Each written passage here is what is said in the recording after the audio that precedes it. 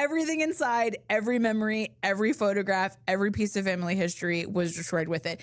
I immediately thought, if you demolished my house and my dogs were in it, I'm going Old Testament. I am wiping out your entire bloodline. Like, I don't even care if it was an accident. All of a sudden, there's no more whatever your last name is. Like, if you demolish my house and you hurt my dogs, I am coming for you Old Testament style. Well, hello and welcome back to another episode of The Chicks in Construction. I'm your host, Mickey Paradise, and this is my amazing co-host. Hi, I'm Jessica Abreu. And listen, our podcast is here for you, the homeowner, to learn about the shenanigans that contractors be contracting. We want you guys to know what is normal and what is not normal. I have been in construction for 21 years this year. I mean, that's not counting my years of internship. That's just like since I've owned my own business. And one of the things that really started to kind of wear me down, which led to me getting my general contractor's license, was the amount of people that get scammed and have these really horrible experiences with contractors. And part of that is because nobody's talking about these scams. So we started the podcast just as a way to like educate people. We just wanted people to know, like, hey, this is not normal, because it's one of those things where like, you don't know what you don't know until somebody tells you, like, oh, that's not normal. Or you don't know what you don't know until you get screwed over by a contractor and now, you know, you're out $250,000 and you're not getting that back. Nope. So we kind of just thought like, hey, let's just talk about it. People can write in, share their stories with us. We can read those stories to share it with other potential homeowners so that they can avoid having the same experience. What we didn't know is that literally this is the only podcast one of one. Like, there is no other podcast out there that is sharing this information, that is sharing these stories, that is kind of putting this information out there, which I'm not gonna lie to you, I probably should have done that research. But I just thought it was a great idea. And like, hey, let's help homeowners avoid getting scammed, because after 21 plus years in construction, the amount of stories that I have heard from friends and family or just like strangers on the street, when they find out that you're in construction, they're like, you're never gonna believe the story. And I'm like, I bet I will. I bet it was Chuck in his truck, wasn't it? It was Chuck, wasn't it? I was telling Joe last time that we were saying something about Chuck in a truck, and I was like, ironically, I don't know a single Chuck. I summoned the universe to present me with a Chuck, and he's actually a delight. He is not Chuck in a truck. He's not the Chuck in a truck. He's just a Chuck, and he's an insurance guy. And he's really nice. And he was like, oh, I watched your podcast, and I was like, tell me more. But not all Chucks are apparently Chucks and trucks. But we want you guys to know what is a normal ask from a contractor and what isn't, and what are red flags and what are things that should get the spidey senses going, because we don't want you to have these same stories. Now, if you do have a story, we collect what we call homeowner horror stories, which is just, you write in, you go to our website at chicksinconstruction.com and you write in about what happened, the experience you had. The more detail, the better. Thank you guys all for writing in, the ones who have. But if I could give you a little instruction, the more details, the better. Like, we really want to know about what the kind of deposit they were asking. We want to know, did you have a contract? If you did, what was in it? Did you check on their insurance? Like, that stuff is really helpful because it kind of helps us put the pieces together when we're sharing the stories with other people. But we love a good homeowner horror story. Not like love it.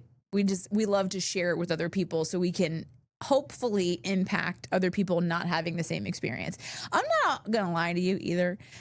I do love the tea. When we get a homeowner horror story and it's super juicy, it's like getting a little good little bit of gossip. You're just like, it's like you're at the salon, you're hearing all the tea. I'm here for it.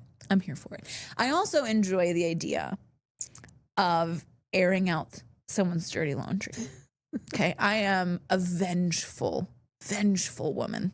It's biblical. So if somebody has messed you over, just done you dirty, I want to tell your story. Well, Jess is probably going to tell it, or sometimes we tell it together, but Homeowner Horror Stories Jess mostly reads, and then I react. I want to react for you. I want to be ridiculous and extra and all the things. I want to just like, it's like therapy. So listen, if you need that kind of therapy, we're here for you, okay? Just go to chicksandconstruction.com, share your story, and we will read it out loud so that you feel vindicated in some small way. You know, it's therapy in a sense. It is. Not a It's doctor. So, yes, that is the point of the podcast. Also, I've got my Chicks and Construction cup. Yeah, me too. Because I remembered to bring it this time, but I did realize that my sipping interrupts the podcast. You have to sip while you're not speaking. Apparently, but listen, when I be talking, she gets dry. So it creates a problem. The last podcast that I watch all of our podcasts. It was the first day we had the cups, and I was like, oh, I'm not doing my best with that cup. So I'm trying to be more strategic in my sips. But listen, guys, stay hydrated because it's hotter than hell outside. Yeah. We're in North Carolina. I don't know where you're at. But North Carolina currently feels like the surface of the sun, which is real interesting because we went through a drought for like ever. So we were in like we don't normally have spring droughts. I know you don't know this much about North Carolina weather because Jess is from up north, but North Carolina doesn't really have spring droughts. North Carolina, the May flowers bring something. No, April showers bring May flowers, whatever it is. I feel like that was invented in the South in North Carolina. It's moist, if you will, in the spring. This spring, dry as a bone, dry as a deserted creek bed. It was. We literally were on water restrictions. Like you could only water your grass. Which, listen, I'm not doing that any day of the week. But I'm like, depending on your address being even or odd, there were certain days where you could like water your grass or wash your car. I don't do any of that, so I was fine with it. But it was dry. Then we get the Mother Nature be coming for us. She's like, oh, you're complaining about it being dry? Hold on a second. Hold my beer. Hold my beer. Let me give you all the moisture that you haven't had for the past couple of months in 1 week. So when you go outside, you could eat the air. It is so humid. Thick. It is so humid. We got a ton of rain, which is great because we needed it. But my God, today it is humid. Yeah. Like my sweat stash, she is on fire today and this whole week. Like every time I walk outside, it's just like sweat right here. It's such a sexy look. I'm like, look at me. I'm glistening just right here. Why above my lip is the sweatiest part? I don't know. Listen, That's is that so too much weird. information? Yes, it is. But did I do it? I did. I also did. I went there. I tried to go running this week, and that was a mistake. Oh my God. Jess is wild. It was like heat advisory hot. And what's Jess doing? Running.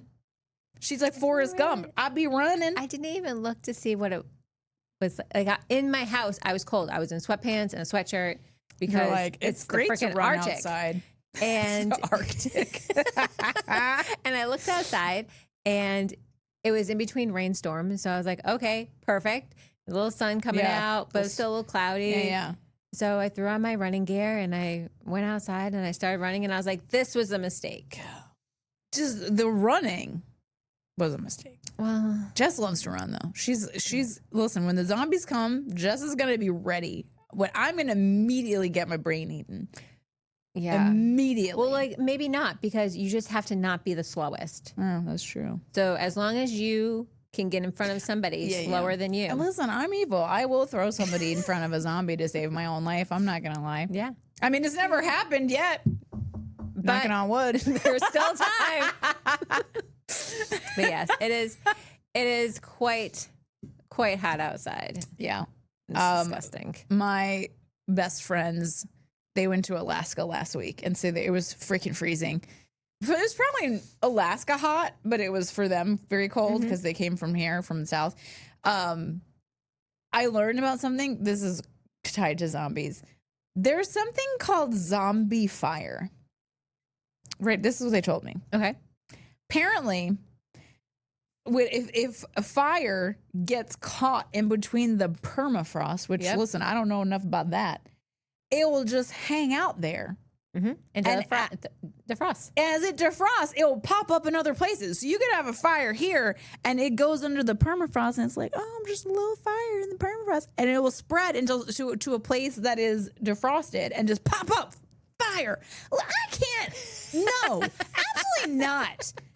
There's too much happening in Alaska. There's too much happening in Alaska. There's bears. There's moose. There's apparently aliens. Now we got zombie fires. I cannot. There's also snow and very cold. No, this is not, it's not for me. No. Oh, and then the entire time they were there, the sun never went down. So they were like all messed up, like their circadian rhythm or whatever, the sleepy time rhythm was jacked because like the sun never went down. So they had sent us a picture and for them it was like 11 p.m. and it looked like it was 3 o'clock sun. And I was like, no. Also, no. That you have to be a different kind of human to be like, yeah, this is what I want. Because like also apparently these are things like TV's taught me, but they reinforced it. Wintertime, sun doesn't come up. It's just dark. Yes. That's no. Also, no. No. Not the whole not in the entire state of Alaska. There are just certain areas where it's worse than others. Yes, because the sun was a tilts. science teacher. Yeah, I used to be a science teacher. And so in summer, it's not necessarily that we're closer or further from the sun. It's the way that the earth tilts. So it just tilts back so that this part of Alaska here isn't getting that sun. Rude. But this part of Alaska is getting it all. I'm just saying the earth and its tilt is just disrespectful. Yes, that's all. It's rude. And I'm not, when they were telling me the stories, I was like, absolutely not. Like I would love to go visit somewhere, not for like an extended period of time, but just like for a day. Wouldn't it be cool to be up just like and just not have any darkness? If I could teleport and I didn't have to take a 22-hour flight situation, maybe I'd check it out for a day. If I could just be like, you know, like the genie thing, like she's like this, like it took 22 hours to get there. Yes, 22 hours. I'm going to Australia. 100%. Not going to Alaska. Japan, Bali, like name it. It's not Alaska. And to be fair, I think it was like their flights. I don't know what if you were like taking 1 or 2 flights, but they had to take 4 flights. Absolutely not. Absolutely. If I'm taking 4 flights, I better be getting off in a place where the seashells are seashelling. And that was so funny. So like they went to Fairbanks and I was like, oh, there's a pay there. I was like, did you see any seashells? And she was like, no, Mickey, there's not seashells. I was like, well, I'm never going there. It's too cold there for seashells. Listen, I'll shell no matter the temp. I'll do it. I'm here for a seashell. But if there's no seashells, I'm not going. So I'm just saying 22 hours. It better be Bora Bora when I get off that flight. Right. Yeah, I'm not doing that. Yeah, no. So listen, guys, we have a story for you today that I'm not gonna lie to your beautiful faces is horrific, and mostly because I live in a neighborhood where they keep demolishing the houses. So like, right hand to God, last week I went on a tangent on the socials, not the ones you guys can see. It was my private socials because listen, I'm not for everybody. Jess is like, it's true. She's not. She's really not. And that's fair. Because I live in a nice established neighborhood. Like it's nothing fancy. Well, it wasn't when I bought it. It's just adorable. It's a regular working class neighborhood. Just where regular people live. I don't know. But the lots are big. So like my lot is over a half acre and it's a pretty desirable area. And it doesn't have, and this is the key, it doesn't have an HOA. Because it doesn't have an HOA, a builder can come in, buy the house, demolish it, cut the lot, clear cut it, take all the trees down and build 2 or 3 of these McMansions. And then all of a sudden, I don't live in a working class neighborhood anymore. All my neighbors are millionaires. And I'm not saying all millionaires are assholes, but I am going to say that they're a little out of touch. Like, I had this one neighbor. And listen, she was not a rude person. She was not a bad neighbor. She wasn't a horrible person. But was she out of touch? Absolutely. She comes up to me one day and she says, you know, Mickey, if you just spent like $30,000 or $40,000 on your yard, it would be gorgeous. 30 or 40,000. That's all. Just a little That's pocket just a change. mere 30 or 40,000 Be like, I have 4 dogs, man. I looked at her and I was like, Nina, with all due respect, if I had $30,000 or $40,000, the literal last thing I'm spending that money on is my yard, so you have something nicer to look at. Like 0%. No. It is about values, and what do I value? Vacation, not my yard. If I had that kind of money to burn, I'm out. Bora Bora is where I would get off. I'd be in one of them huts over the water with the glass floor, just laying, looking at the fish for 3 weeks because I could afford that with $40,000. It would never be put into my yard. I can't even. I don't understand the fascination with yards. I don't have that gene. I don't. Yeah, I don't care either. if it's 0%. The grass is green. No, I bought my house specifically because it was 99% trees. So like when we were house shopping and we pulled into that lot, I didn't even need to go inside. I was like, call the realtor, we're making an offer. Didn't need to see the inside of the house. Why? Because I knew I could change the inside of the house. The outside was perfect. There was 2 patches of grass that needed to be mowed. I was like, it's a chef's kiss. I also love trees. So like the more trees, the better. They keep our house cooler in the summertime and they help our house get more sun in the wintertime. Now, has a tree or 2 fallen and caused a lot of problems? Sure, it has. But also, my electricity bill is a lot lower. So I don't know.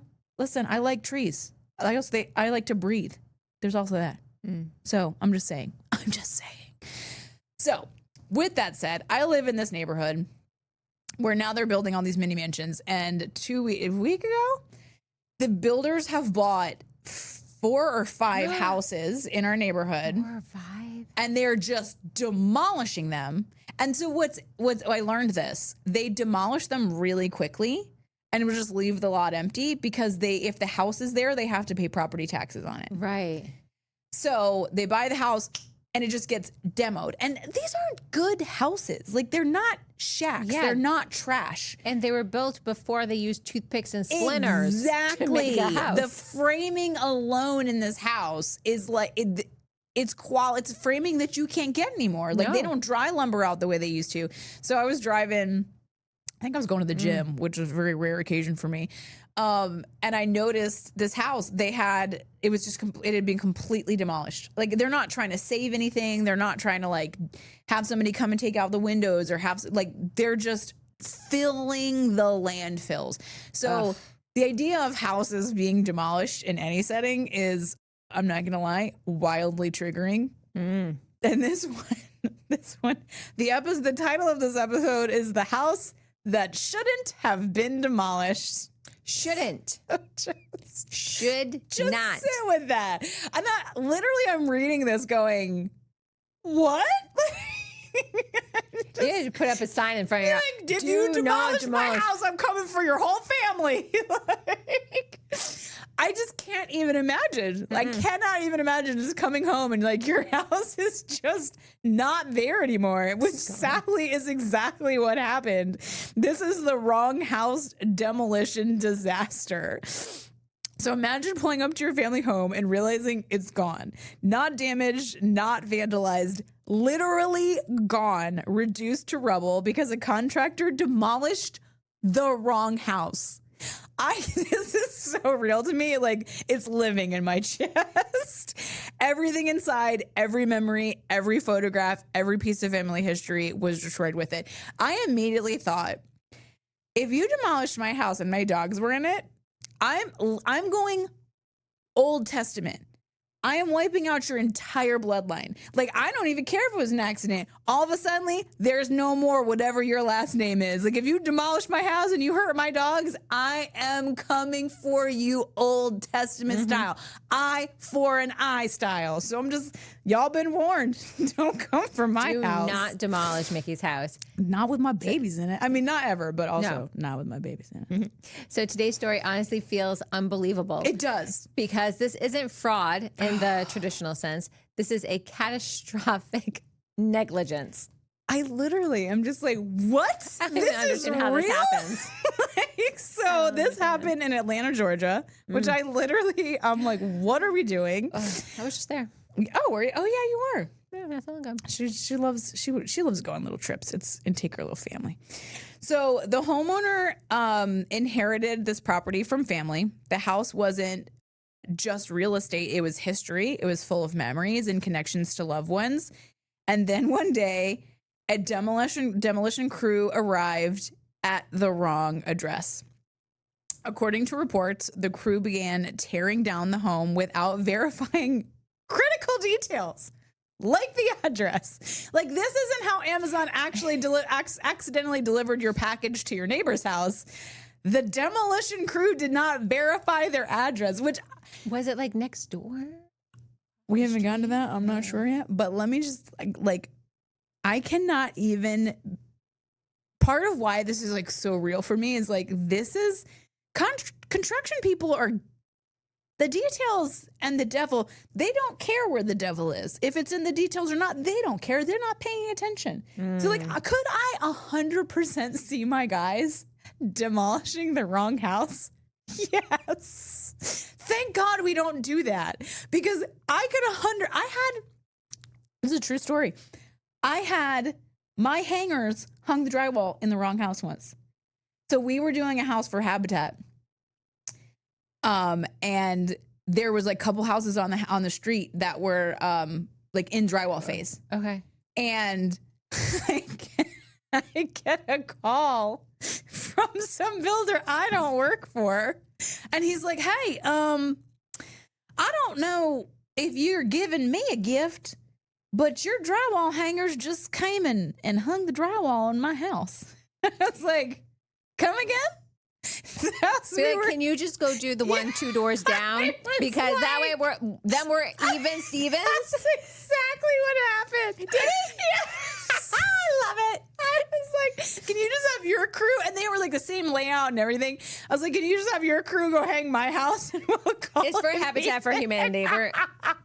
Please do us a solid. Like, did you lose your mind? I can only imagine the vein be popping. Oh, it was 100%. I'm surprised that there's not a hole in my forehead from it. I was like, what are you talking about? So I called my hanger, and like, this hanger was the first hanger I'd ever worked with. Like, he'd worked for me forever. His name was Caesar. I was like, Caesar. And he goes, what do you want from me? There was drywall in it.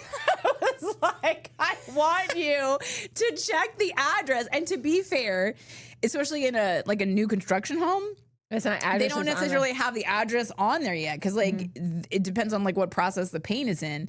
So if the exterior hasn't been painted and they don't have the addresses, you have to look at the permit box. So it's not surprising to me at all. They can't be bothered to look at the permitting box. If you tell them, GPS said, here you are, you're here. GPS said, and there's drywall that hasn't been hung. Obviously, this is where we belong. And I was like, oh my God.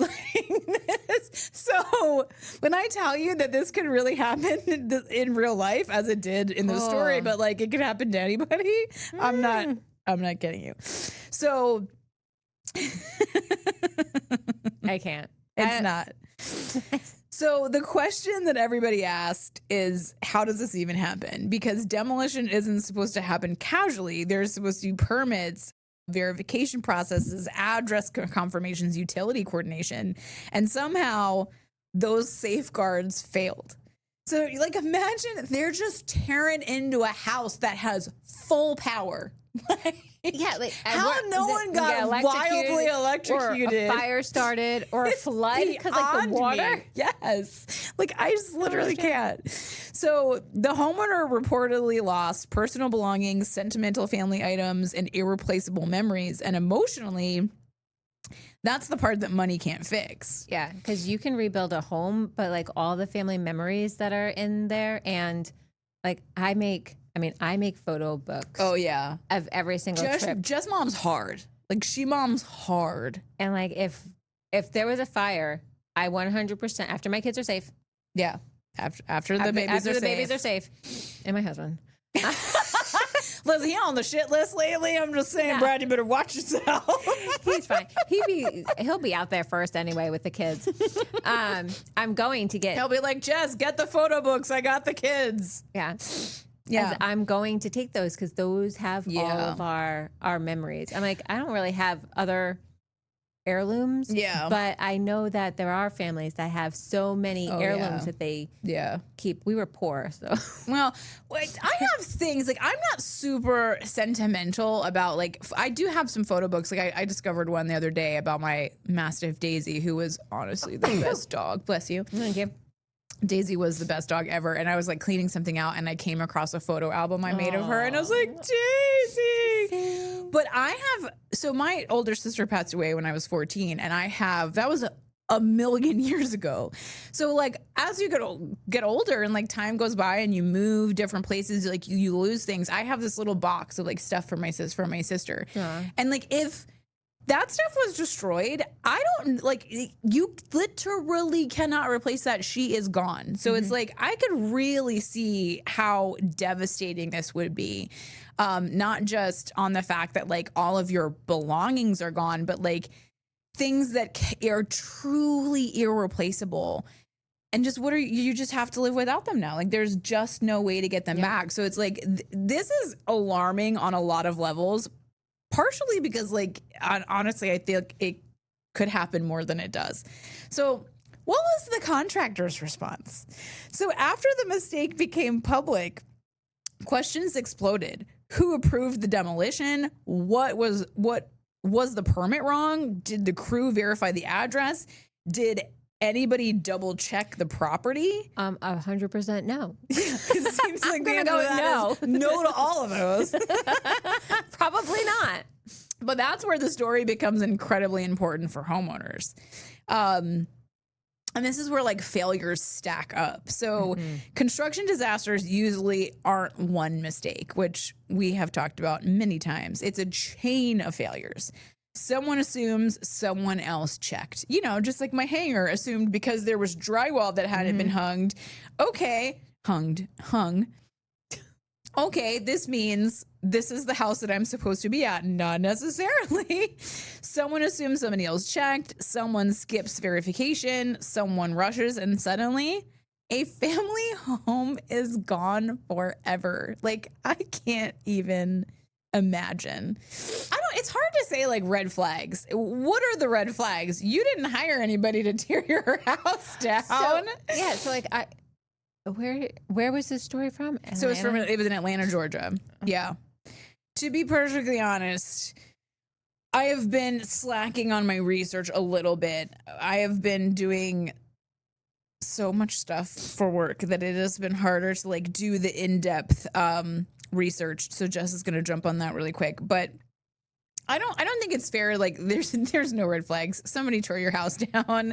You went to work, your house was there. You came back, your house was gone. From what I understand, they weren't like actively living in the house. So she was on vacation. Okay.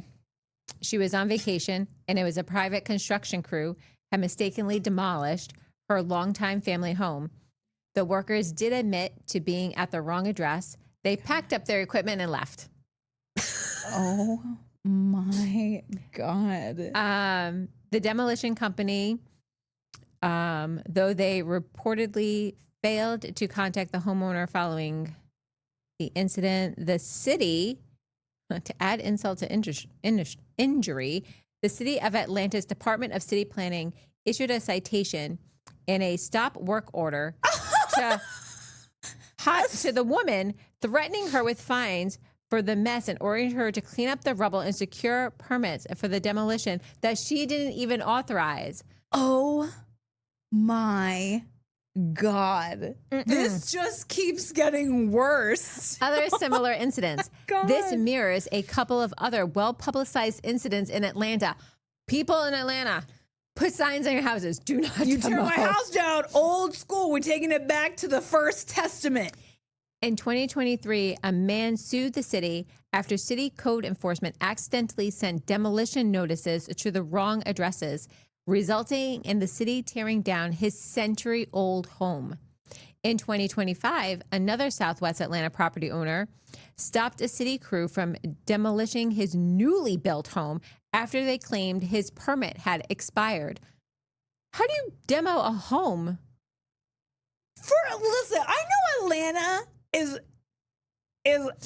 different, but what? I am at a complete and total loss of words. So the city's like, your permit expired. We're Demoing your home.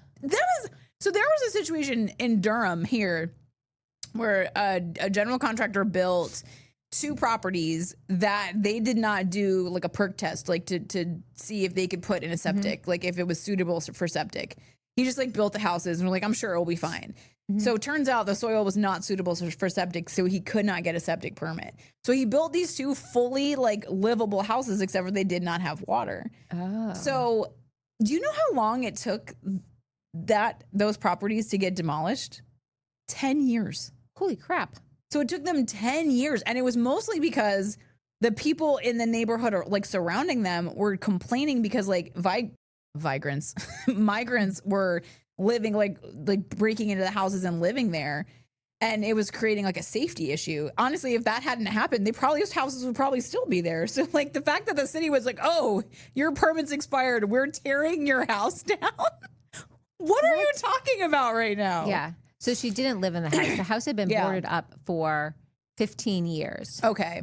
That's what it was giving with what I was reading, that it wasn't like they occupied it, but there was like things in it and it was not occupied. She kept it covered, the grass cut, the yard cleaned up, and the taxes paid.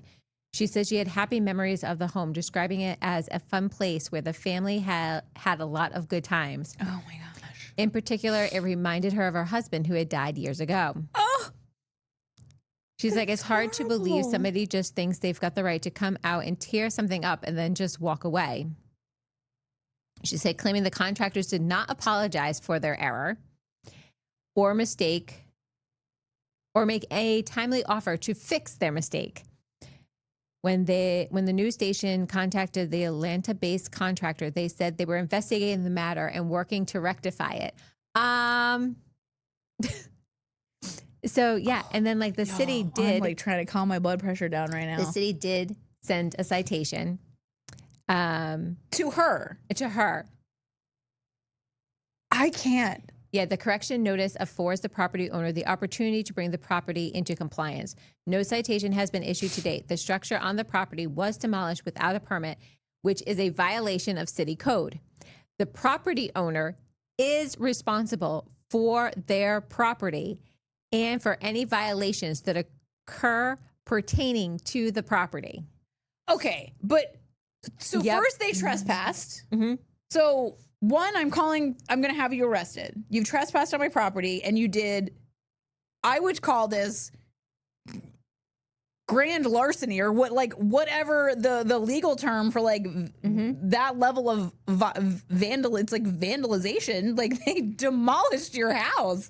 Like how is this not, the contractor was arrested for trespassing and demolishing their home without her permission. Like I literally, can you even imagine? I literally cannot imagine. I cannot, but like the city did say, like you have to clean it up. Like, and so I'm assuming that she's going to go, and it's a civil matter. It's they want nothing to do with it. They're like, oh, tell me that's not giving Jake Mole back and everything that happened with him in Chatham County. Yeah. It's great. I'm going to look up another news station, see what they have to say. I literally cannot. But yeah, I mean, there are no red flags there because like you didn't hire anybody. I can't even imagine what it would be like to have your home completely demolished without your consent, but then to turn around the city, get on you and issue citations to you that apparently they didn't issue a citation. She has been told. She's been given a correction notice that she has to comply and clean up this mess. Otherwise, she will get a citation. Oh, okay. So if you don't clean up the house that was demolished without your consent, you'll get a citation. Yes. The demolition of property without the owner's consent or knowledge is not a matter for the city of Atlanta. This is considered a civil matter between the property owner and the alleged responsible party, is what the city of Atlanta is saying for this poor woman. Yo, I'm going to tell you what it would be. Let me tell you right now what it would be. It would be a criminal matter because there would be a body involved in what happened there. Like, that is absolutely insane. And listen, we're sharing this story with you, not because there's anything that you can do about it, because unfortunately there is not. We're sharing it with you because it is an absolutely wild story. And it is really, really sad that there are so few protections for homeowners. So this is something that we have started to notice in a lot of states, especially because there are some states where they really do take consumer protections and homeowner protections very seriously. We did a story a couple episodes ago about a lady in Denver. And these contractors completely screwed up their house. They were out of their house for like 2 years. It was a really bad situation. And all of the responsible local contractors in Denver came together and helped put her house back together at no cost to her. That is a state that cares very deeply about homeowner protections, that they have a lot of laws that protect homeowners from situations like that. But there are a lot of states that are like, oh, no, it's not. Don't know what to tell you. Nope. North Carolina is one of them. We have shared so many stories of general contractors taking wild advantage of people, taking hundreds of thousands of dollars, and they are still out here on these streets. There have been absolutely no consequences.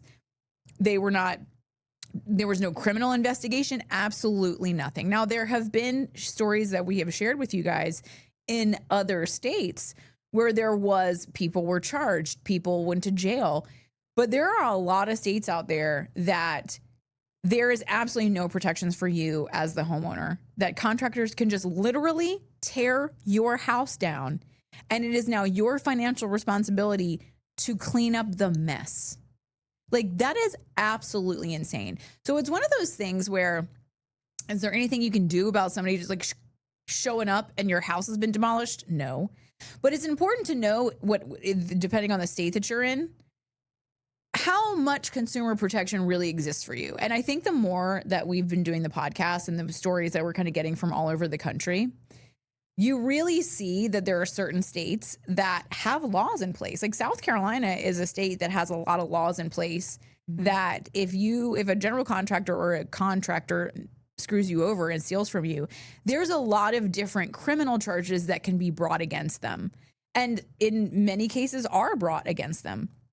North Carolina is not one of those states. If we're talking about now, don't get it twisted. If you go into a Walmart and you steal a $5 candy bar, you can be prosecuted. But if you as a general contractor steal $300,000 from a homeowner, you never build their house. Yeah, no, that's a civil matter.